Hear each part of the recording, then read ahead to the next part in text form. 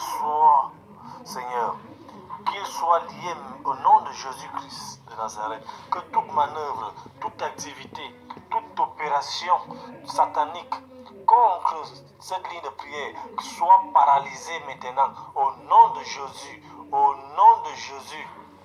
Au nom de Jésus-Christ de Nazareth, je revoque tout ce qui a été relâché dans le visible, dans l'invisible, contre cette ligne de prière, ou contre toute personne connectée maintenant. Au nom de Jésus-Christ de Nazareth, je relâche une couverture spirituelle sur toute personne connectée maintenant. Et j'interdis à Satan et à ses agents de perturber au nom de Jésus-Christ de Nazareth. Seigneur, viens et manifeste-toi. Prends contrôle de toutes choses, et début jusqu'à la fin. Que le Saint-Esprit puisse animer le corps de tout un chacun. Maintenant, que ce ne soit pas la volonté d'un homme, que ce ne soit pas notre volonté, mais que ce soit ta volonté. Père, que ta volonté parfaite puisse prévaloir tout au long de cette prière. Au nom de Jésus-Christ de Nazareth. Amen. Nous allons prier aujourd'hui. Nous allons relâcher la puissance du sang de l'agneau. La puissance du sang de Jésus. Vous savez, il y a beaucoup d'âmes que Dieu a mis à la disposition de ses enfants. Et la plupart du temps, nous sommes vaincus par Satan dans des combats parce que nous n'utilisons pas les armes appropriées pour pouvoir vaincre Satan. Et Dieu a mis beaucoup d'armes à la disposition de ses enfants pour pouvoir combattre Satan. Et quand nous parcourons la Bible, nous voyons toutes ces armes. Une arme que l'enfant de Dieu doit utiliser, premièrement, certains d'entre vous, c'est le vent. Certains d'entre vous disons, qu'est-ce que ça veut dire le vent est un arme? Mais si on est dans le livre de Genèse, la Bible dit qu'après l'inondation qui s'est passée au temps de Noé, Dieu a relâché un vent. Lorsque ce vent est passé au-dessus de la mer s'est calmée, le ciel s'est fermé et la pluie s'est arrêtée. Donc Dieu a utilisé comme arme, comme le vent, pour arrêter la calamité naturelle qui se passait au temps de Noé. Une autre arme que Dieu a mis à disposition de ses enfants, c'est le feu. Jean-Baptiste a dit, moi je baptise d'eau, mais Jésus baptisera de l'esprit et du feu. Et dans la Bible, nous voyons le cas du prophète Élie. Il a invoqué le feu et les cieux sont ouverts et le feu de Dieu est descendu des cieux et ça a consumé les autels de Baal. Il y a plusieurs armes. Une autre arme dont la Bible parle dans le livre de l'Apocalypse chapitre 12. La Bible dit que Satan a été vaincu par la parole de leur témoignage. Le témoignage d'un vrai chrétien. Le témoignage d'un vrai converti, d'un disciple de Christ, est une arme très farouche pour vaincre Satan. Mais aujourd'hui, nous allons relâcher la puissance du sang de Jésus. Parce que le sang de Jésus, c'est l'arme la plus puissante que Dieu a mis à la disposition de ses enfants. Et beaucoup de chrétiens sont vaincus par Satan dans les combats parce qu'ils ne connaissent pas comment appliquer, comment relâcher la puissance du sang de Jésus. Dieu, pour réconcilier le monde avec les gens, a établi une alliance. Cette alliance a été établie au travers du sang de Jésus-Christ qui a coulé sur la croix. Toute alliance établie est toujours établie à travers l'écoulement de sang. Donc c'est le sang de Jésus-Christ qui a scellé la réconciliation entre le pécheur que nous étions et Dieu. Et le sang de Jésus, c'est l'arme la plus efficace pour pouvoir renverser les attaques de Satan, pour pouvoir sécuriser sa vie, pour pouvoir sécuriser sa famille, sécuriser ses biens, sécuriser son emploi, sécuriser ses activités, sécuriser ses affaires. Le sang de Jésus.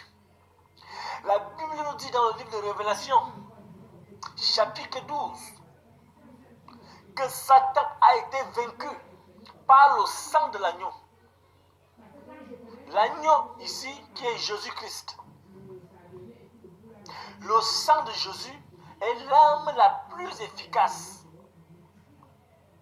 pour éradiquer tout fléau satanique dans ta vie. Mais maintenant, il est question de comprendre comment relâcher la puissance du sang de l'agneau dans notre vie. Comment faire à ce que le sang de Jésus-Christ puisse parler à notre faveur. Comment utiliser le sang de Jésus afin que ce sang puisse nous sécuriser des attaques de l'ennemi. Une chose que nous devons comprendre, c'est que le sang de Jésus-Christ fonctionne dans nos vies au travers de l'alliance que nous avons avec Dieu. Et l'alliance que nous avons avec Dieu, c'est comme un contrat. Vous savez, quand dans le monde, quand quelqu'un passe un contrat avec une autre personne ou avec une société, tout contrat a des clauses. Et toute partie qui participe à un contrat doit respecter les clauses, afin que ce contrat puisse demeurer. Et la plupart du temps, l'alliance que nous avons avec Dieu a aussi des conditions que nous devons remplir pour que cette alliance puisse parler à notre faveur. Et tant que nous ne remplissons pas les conditions, nous avons bien appliqué le sang de Jésus. Mais le sang de Jésus ne sera pas efficace. C'est pour ça que beaucoup de personnes avant d'aller dormir appliquent le sang de Jésus sur leur corps. Mais ça n'empêche pas qu'ils se retrouvent en train de faire l'amour dans les rêves, en train de manger dans les rêves, en train de boire dans les rêves. Ça c'est Satan qui t'envoûte, ça c'est Satan qui t'empoisonne en travers des couches de nuit, en travers des hommes de nuit et les femmes de nuit. Beaucoup de personnes appliquent le sang de Jésus pour la protection. Mais ce sang de Jésus n'est pas efficace dans leur vie. Beaucoup de personnes sont malades. Quand ils sont malades, ils appliquent le sang de Jésus, mais ils ne guérissent pas. La raison pour laquelle le sang de Jésus ne marche pas, lorsque tu l'appliques, ce n'est pas parce que le sang de Jésus est devenu puissant. Non. Ce n'est pas parce que Satan est plus fort. Non. Que Dieu. Non. Pas du tout. Ce n'est pas parce que les démons sont plus forts que le Saint-Esprit. C'est tout simplement parce que dans ta vie, il y a des choses qui empêchent le sang de Jésus de parler à ta faveur.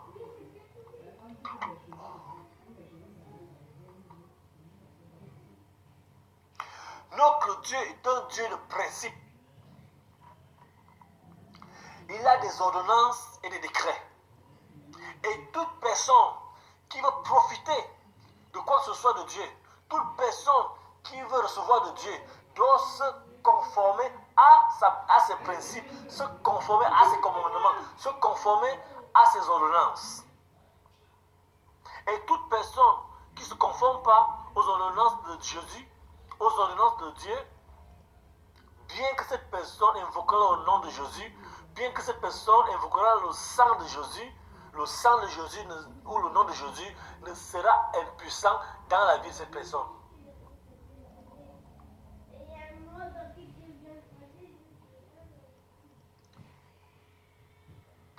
Et qu'est-ce qui rend le sang de Jésus ou le nom de Jésus impuissant dans notre vie?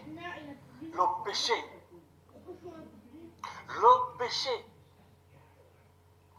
La vie du péché est ce qui rend l'alliance entre Dieu et nous inactif.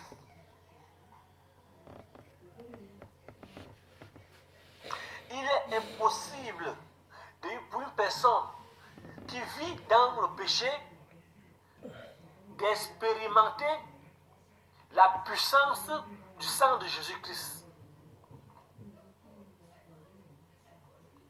Il est impossible pour une personne qui ne vit pas dans la repentance d'invoquer le sang de Jésus pour sécuriser sa vie et voir sa vie être sécurisée.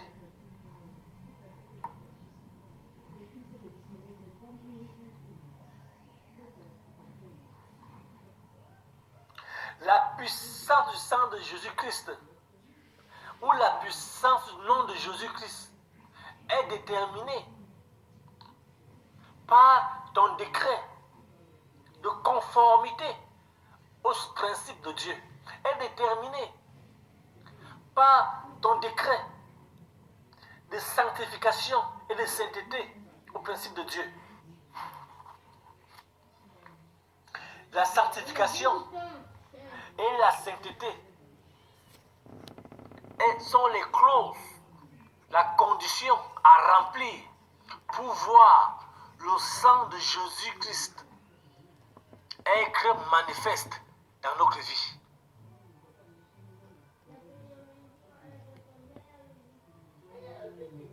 Et tant que nous vivons dans le péché, tant que nous vivons dans la désobéissance de Dieu,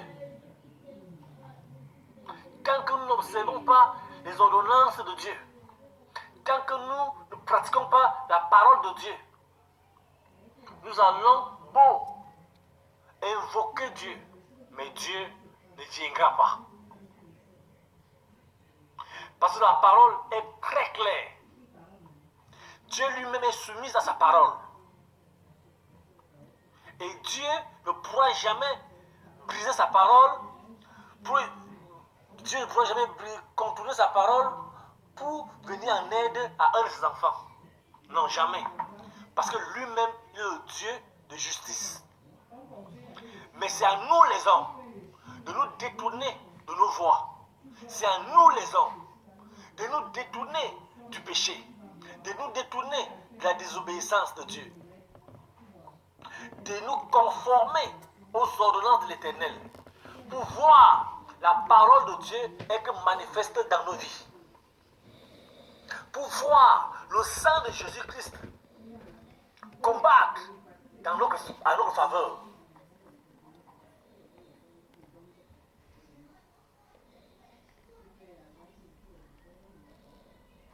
Tu pries beaucoup, mais ta vie ne change pas. Avant d'aller dormir, tu pries. Mais ça n'empêche que lorsque tu dors, tu es toujours attaqué par les démons. Tu te retrouves en train de faire les cauchemars. Tu te réveilles le matin fatigué, alors que tu es allé au lit en santé. Parce que pendant la nuit, les démons sont venus torturer ton corps, torturer ton âme, torturer ton esprit. Tu es allé au lit en santé, tu te réveilles le matin étant malade. Tu te réveilles le matin avec l'amertume dans le cœur, avec la tristesse. Parce que pendant la nuit, Satan est venu manipuler ta vie. Bien que tu aies prié avant d'aller te coucher. Et lorsque tu as prié, tu as invoqué le nom de Jésus. Mais pourquoi cette prière n'a pas été efficace? Ce n'est pas à cause du nom de Jésus qui est devenu impuissant. Ce n'est pas à cause du sang de Jésus qui est devenu impuissant. Mais c'est parce que tu n'as pas rempli la condition que tu dois remplir pour que ce sang soit effectif dans ta vie.